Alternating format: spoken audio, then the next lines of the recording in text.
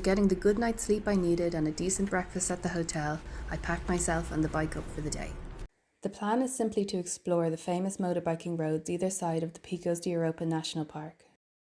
There are two main roads, the N625 on the west side and the N621 on the east side, but I won't actually make it as far as the N621 today. That'll be for the next video.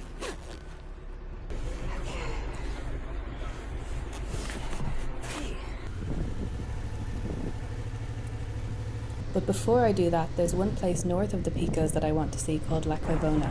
So I get back onto the AS114 heading west and onto the AS115, which will take me north.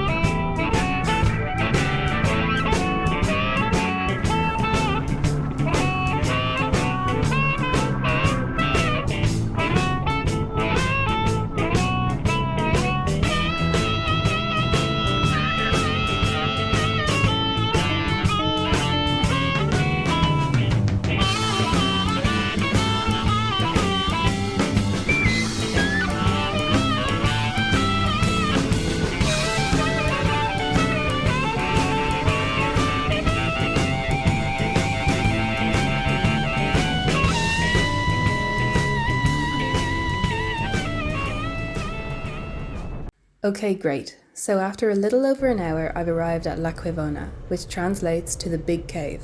It leads to the village of Cueva del Agua. It's around 300 meters long and was naturally formed over thousands of years by underground water currents.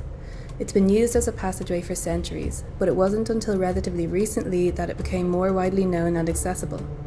I was very lucky to have the cave to myself when I visited, because this is a popular tourist and walking destination.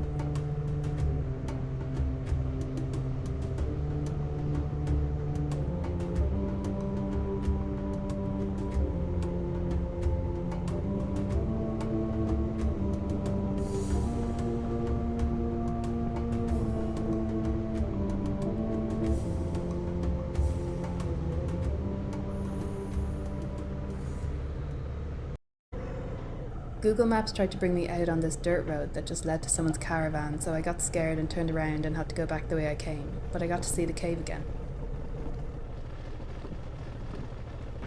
On my way back towards the Picos, I passed by this incredible beach which literally took my breath away, so I stopped to get some footage.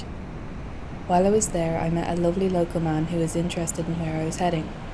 It turns out he rides motorbikes too, just not on that particular day. I told him I was exploring the Picos and he told me some lesser known places to check out. I decided to go on this side quest, and that's why I didn't make it as far as the N621 today. I had to take the N625 to get to one of the places this man suggested, which tied in perfectly with my route. So I made my way back to the N625 and loved every second of this road.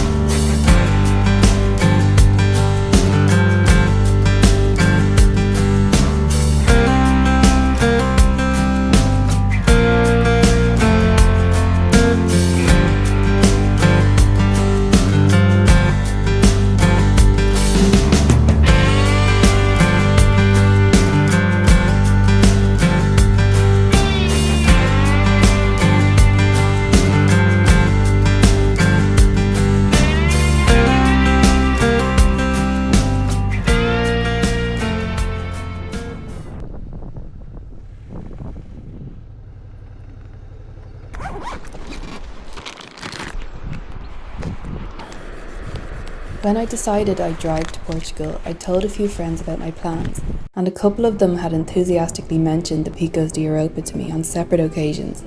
So the Picos became my first stop on what was, at the time, quite an intimidating trip to plan. It gave me a clear goal for the first few days, somewhere to head towards while I found my feet and got used to travelling solo. I figured I'd make it to the Picos and then decide where to go next. Just a few days before I headed off, I was telling my mum about my plans, and she told me that Dad had visited the Picos on his motorbike around 20 years ago. This came as a total surprise to me. I knew Dad had went away on bike trips with his friends, but I didn't realise he'd been to the Picos. I suppose I wasn't paying much attention to what my dad was up to when I was 13 years old.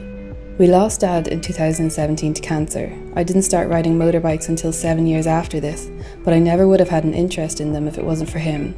I was brought up around his bikes. So riding my own bike to the Picos, having just found out he'd been there too, really felt like I was following in his footsteps. So when I got home and I was organising all my footage, I'm making these videos retrospectively. I run out of space on my hard drive, and I remembered we have Dad's old one that he kept his photos on and some movies. He used this in the days before Netflix. I moved some of my footage onto his hard drive to make space on my own one, and I thought I'd take a look through some of his photos, and I came across this one. I thought the location looked familiar, so I had a look through my footage and photos from the Picos. It turns out we'd taken photos at the exact same spot, 20 years apart. Something told me he'd be proud.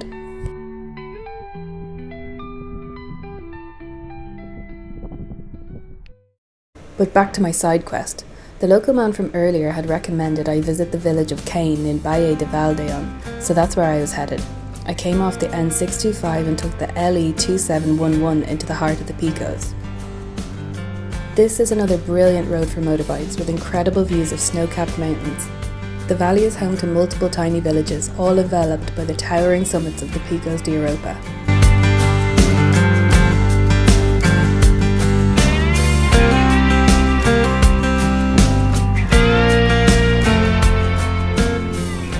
I got as far as Coordenadas de Valdeón and took in plenty of the local twisties and took a few wrong turns leading down all kinds of narrow roads.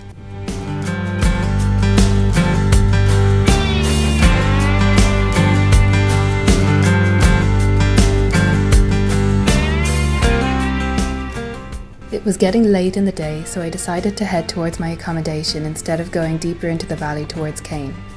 I'm so glad I got chatting to that man and followed his tip to come out here. It was incredible to see these tiny villages tucked into the mountain valleys. I'd never have known they were here otherwise. Seeing the Picos from this angle is really special, and doing it on a motorbike is the perfect way to do it. I did worry a bit that I'd missed the best parts because I hadn't done enough research, but travelling solo opens up unexpected doors. You end up meeting people and picking up gems of local knowledge you might have missed otherwise.